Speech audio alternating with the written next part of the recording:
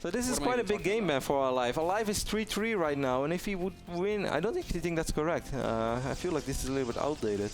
But we'll see. I think aLive still has a chance to make it to the playoff bracket.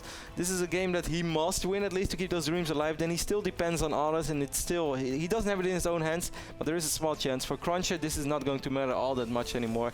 Cruncher is 1-6. He's definitely eliminated out of the league. Even if he go 2-6, we won't see Cruncher back in season 4 of the North American Star League. But hey, he can still pick up $150, which is never a bad payday for playing a best of 3 of 1. Basically a $150 show match for Cruncher. Best of 3, just has to pick up 2 quick wins, and you can take that, take it to the bank, Kev. Very quick scout here by Cruncher, man. We see him going for the 9th scout on here on Antigua. It's force cross position, and he knows that if he scouts straight away, he can definitely get that probe into the main base. Maybe he wants to see if aLive is going to open up with gas or not, and if he doesn't see gas, he might go, well, I want to say Nexus first, but Ben, I am completely wrong, since he did drop that gate just a little bit later than normal. Yeah, it'll be, looks like 1 racks expand against 1 gate expand, although this SCV... Oh, aLive. What? aLive? aLive. aLive. You know, I wasn't going to say it, but now I have to say it. He's done this in like every game he's played for the last 3 weeks. It wasn't really... That was Rain, though. No, aLive too. Yeah, aLive did it a few times, but Rain was worse. But hey, it's not super. It's not 11-11, Ben. Let's look at the bright side. Ooh, do you think he's... Oh! Oh, God! Wow. Wow. That's brutal. So Cruncher not going to get this scout off, and but I don't think this is necessarily a death loss. Not at all. These Rexes are very far away. Antigua is a relatively big map. If Cruncher did his homework, and I would have done my homework, Ben, if I play a single best of 3 for $150, then you know that this is a possibility. He could have scouted a bit better, but even when he doesn't scout the Rex straight away, perhaps it still plays in the back of his mind. If he's prepared, then he might be able to deal with this properly, and then I don't think it's going to be all that bad.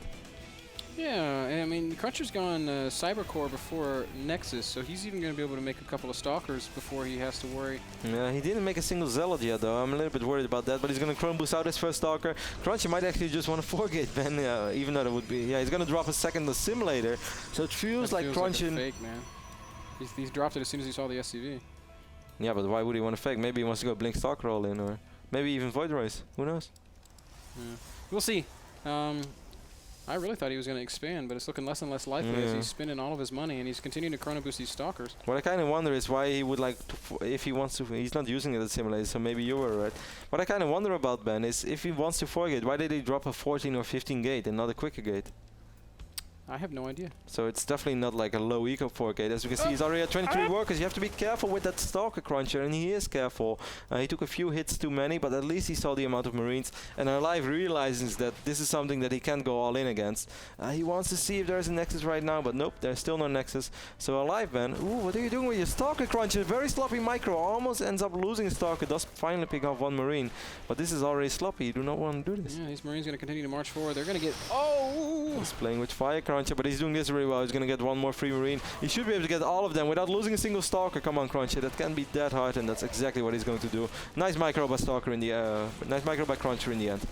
Yep, cleans up those Marines with no losses. Cruncher hasn't built anything, and now he's going to expand. Really, really interesting opening from Cruncher. So Double expand. Ooh. Okay.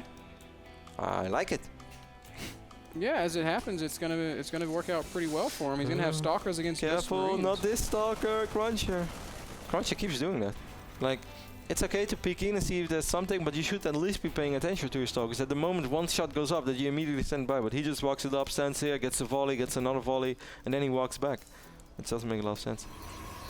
So Cruncher trying to macro against aLive. aLive, meanwhile, has finished his natural expansion, so for the time being, he's a little bit ahead, but once these 2 Nexuses finish, Cruncher's going to be able to make a ton of probes. This kind of reminds me of the Korean approach player Real, Ben. He used to do this quite a bit. I was thinking the same thing. Really? Yeah. Wow.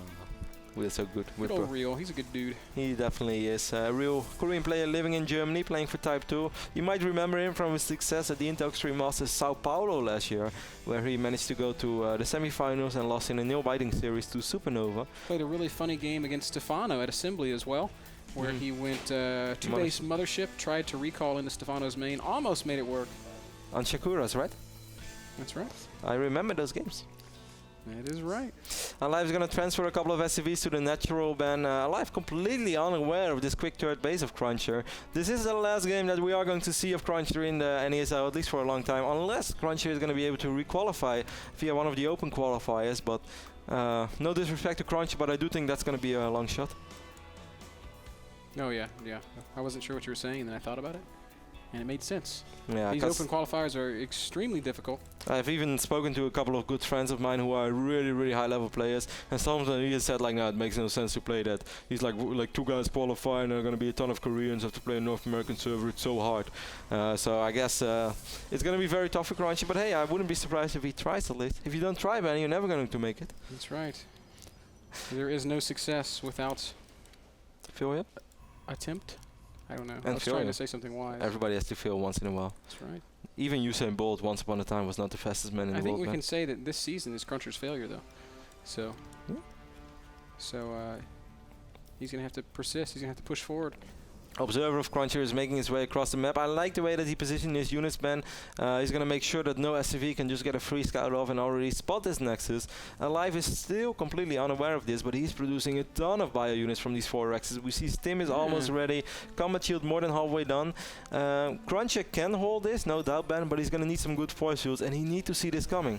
I would have said that I think this is a big +1 timing, but +1 is so late. Cruncher. Yeah.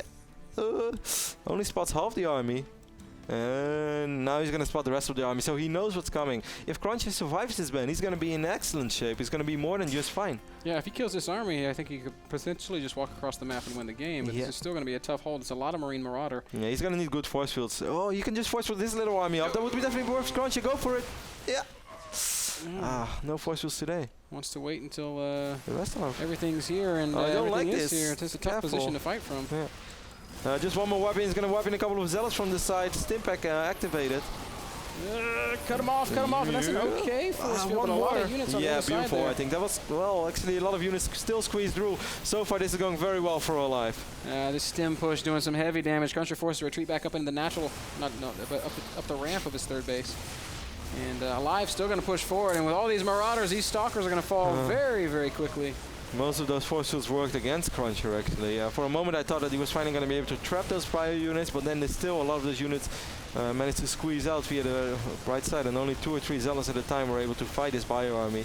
It seems like Cruncher is going to fall to this first very simple push of aLive, which I really think that Cruncher could have defended. There is great depth and simplicity, Kev. And with this push, aLive takes out the third base of Cruncher. This push is pretty simple. You know, that's the slogan of Philips. It's like sense through simplicity or something like that. They used to have like Philips, let's make things better or something like that. And then they changed it somewhere in the 90s. And I was really sad because as a little boy, I was a big fan of this slogan. Let's make things better. Yeah.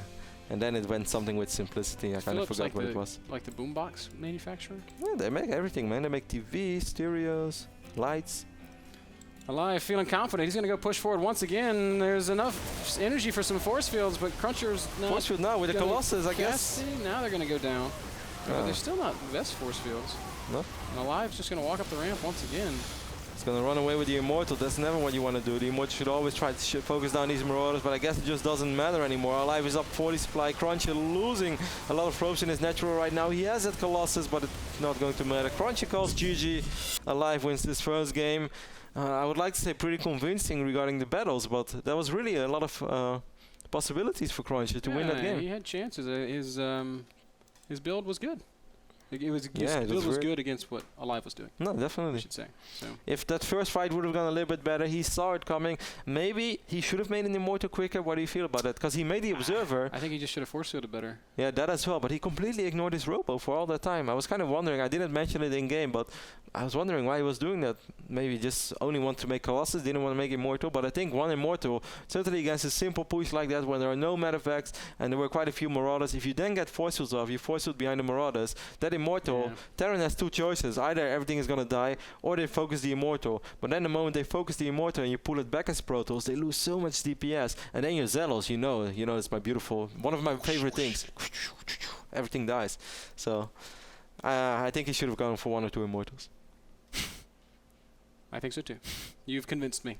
Cool. The last game brought to you by iBuy Power PCs. The PCs that power the North American Star League and Casa de Rossi and Bitter. Chance was there. Actually, no, Chance is activated cloaking. I always knew Chance was a DT in disguise. Short commercial break, and then we're back with Game 2, aLive versus Cruncher.